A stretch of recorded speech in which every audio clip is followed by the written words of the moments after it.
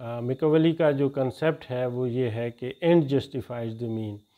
Result آپ کے اچھے ہوں تو آپ جس طرح بھی ہو اس کو حاصل کریں. تو ہم دیکھتے ہیں کہ یہ جو آج کل کے سکسیس کا کرائٹیریا ہے، ٹارگیٹس کا، سیلز کا، یا جو ہے وہ قوموں کو دوسروں پہ قبضہ کرنا اور وہ ساری چیزیں، یہ بیسیکلی اس فلسفی کی بنیاد پہ یہ چیزیں چل رہی ہیں، جس میں اینڈ پہ اگر جو ہے وہ پیس قائم ہو جائے اور اس پیس قائم کرنے کے لیے جتنے بھی جنگوں سے گزرا جائے اس کو جسٹیفائی کیا جاتا ہے. لیکن جب اتھینٹک لیڈرشپ کی بات آتی ہے یا پرنسپل سینٹرڈ لیڈرشپ کی بات آتی ہے یا ویلیو بیسڈ لیڈرشپ کی بات آتی ہے تو وہاں پہ لوگوں کو، اقدار کو، پرنسپل کو زیادہ ویلیو دی جاتی ہے، اور اس کے ریزلٹس جو ہیں وہ شارٹ ٹرم میں شاید اس طرح کے نہیں ہوں، لیکن جو لانگ ٹرم جو ہیں وہ ریزلٹس اسی طرح کے حاصل ہوتے ہیں. مثلا بزنس میں اگر ہم دیکھتے ہیں تو جم کولنز نے ایک بڑی ریسرچ کی ہے اور اس کی بڑی مشہور کتاب ہے گڈ ٹو گریٹ. اس میں انہوں نے ان کمپنیوں کی کو ریسرچ کیا ہے جنہوں نے ایک بڑے لمبے عرصے تک جو ہے وہ پروفیٹیبلٹی جو ہے وہ انہوں نے حاصل کی اور بہت ساری دوسری آرگنائزیشنز کو آؤٹ پرفارم کیا. تو ان کو پھر فردر انہوں نے اسٹڈی کیا بہت سارے ڈائمنشن پہ، تو ایک ڈائمنشن انہوں نے ان کی لیڈرشپ پہ بھی اسٹڈی کیا. تو انہوں نے فائنڈ آؤٹ کیا کہ ایسی کمپنیاں جنہوں نے بہت لمبے عرصے تک جو ہے وہ سکسیسفل رہی ہیں، پروفیٹیبلٹی جنریٹ کی ہے اور دوسروں کو آؤٹ پرفارم کیا ہے، ان کی لیڈرشپ میں کچھ خاص باتیں کامن تھیں جس کو انہوں نے لیول 5 لیڈرشپ کا بھی نام دیا ہے. مثلا ان میں یہ تھا کہ وہ لیڈرز جو ہیں وہ اپنی ٹیم کو آگے رکھتے تھے اور خود جو ہے وہ پیچھے رہتے تھے. کبھی سکسیس ہو تو وہ ٹیم کو اس کامیابی کا سہرا جو ہے وہ ٹیم کے سر باندھتے تھے، ٹیم کو پروموٹ کرتے تھے، اور کبھی اگر مشکل حالات ہوں تو وہ اپنے آپ پہ لے لیتے تھے. ان سب میں یہ خصوصیات بھی تھیں کہ وہ گاڈ فیئرنگ تھے، خدا سے ڈرنے والے تھے، اور ان میں چیریٹی کا جو کنسیپٹ تھا وہ تقریباً ان سب آرگنائزیشن کی لیڈرشپ میں وہ تھا، اور لوگوں کو ساتھ لے کے چلنے والے. تو سکسیسفل بزنس میں بھی لیڈرز جو ہیں وہ لیڈر ہوتے ہیں جو اقدار کو، پرنسپل کو، ویلیوز کو اور کسی بہتر آئیڈیالوجی کو فالو کرنے والے ہوں. اسی طرح ہم سیاسی طور پہ بھی دیکھتے ہیں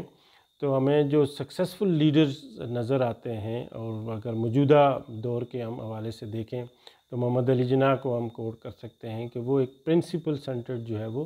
لیڈر تھے. اسی طرح گاندھی کو جو ہے وہ اپنی قوم کے حساب سے، نیلسن منڈیلا کو ہم دیکھتے ہیں.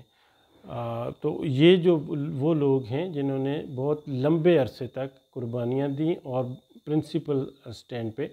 کھڑے رہے. اوورآل اگر ہم لیڈرز کی بات کرتے ہیں تو جو سب سے بڑے لیڈر دنیا نے پیدا کیے ہیں وہ حضرت محمد صلی اللہ علیہ وسلم تھے، جو ہے وہ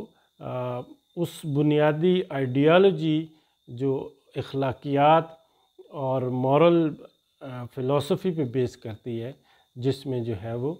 لوگوں کی ڈیولپمنٹ جو ہے وہ اس دنیا میں بھی اور اس دنیا کے بعد جو آخرت والی آنے والی دنیا ہے اور جو حقیقی کامیابی ہے، اس کی بنیاد پہ انہوں نے لوگوں کو تیار کیا. اور بہت کم عرصے میں مائیکل ہارٹ نے اس پہ پورا تبصرہ بھی کیا ہے، کتاب بھی لکھی ہے دی 100، اور اس میں اس نے کہا ہے کہ وہ دنیا کی واحد شخصیت ہیں جنہوں نے دنیاوی اور جو روحانی اور مذہبی لیول پہ بہت کم عرصے میں بہت تھوڑے ریسورسز کے ساتھ بہت بڑی کامیابی اور بہت بڑا امپیکٹ کریٹ کیا. تو لیڈرشپ جو ہے وہ بیسیکلی جو ایور لاسٹنگ ہے، جو لانگ لاسٹنگ ہے یا جو ریکوائرڈ ہے، وہ وہی ہے جو ساؤنڈ آئیڈیالوجی پہ بیس کرتی ہے، اور جس کی جو اقدار ہیں جو ہے وہ ویلیو سسٹم وہ بھی وہی سے ڈرائیو ہوتا ہے، اور یونیورسل پرنسپل پہ وہ فوکس کرتے ہیں. اور ان کا پرپس جو ہے وہ پروفیٹیبلٹی سے زیادہ جو ہے وہ لوگوں کی ڈیولپمنٹ ہوتا ہے، لوگوں کی فلاح، ہیومنٹی ہوتی ہے، اور رزلٹ کے طور پہ پروفٹ بھی زیادہ آؤٹ پرفارم کرتی ہیں ان آرگنائزیشنز کو بھی جو پیورلی جن کی لیڈرشپ جو ہے وہ پروفٹ فوکس ہوتی ہے۔ تو لیڈرشپ کی جو بنیاد ہوگی آئیڈیالوجی، پرپز اور ویلیوز، اور اس کی بیس پہ جو لیڈرشپ ڈیولپ ہوتی ہے وہ اتھینٹک لیڈرشپ ہوتی ہے، وہ اسپریچول لیڈرشپ ہوتی ہے، وہ پرائمل لیڈرشپ ہوتی ہے، وہ پرنسپل سینٹرل لیڈرشپ ہوتی ہے۔ اور یہ لیڈرشپ جو ویژن کریٹ کرتی ہے وہ لاسٹنگ ویژن ہوتا ہے، وہ کلیئر ویژن ہوتا ہے، وہ ویژن جو ہے وہ کمپیلنگ بھی ہوتا ہے، اور جو فالوورز ہوتے ہیں اس اپنے لیڈر کے اتھینٹسٹی کو فالو کرتے ہوئے اس کے ویژن کو بھی اسی طرح فالو کرتے ہیں اور اداروں کو منزل مقصود پر پہنچا لیتے ہیں۔ تو لیڈرشپ کی اور بہت ساری ڈیفینیشنز بھی جو ہم نے ڈسکس کی ہیں، اور بہت ساری ڈیفینیشنز بھی ہیں۔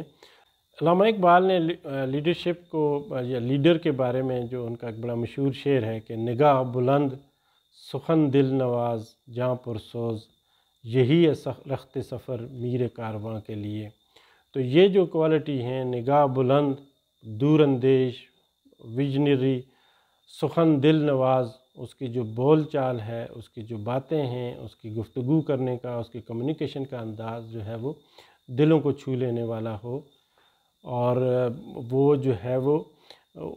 دوسروں کے لیے جان پرسوز، دوسروں کے لیے خیال رکھنے والا، ایمپتھی کریٹ کرنے والا ہو۔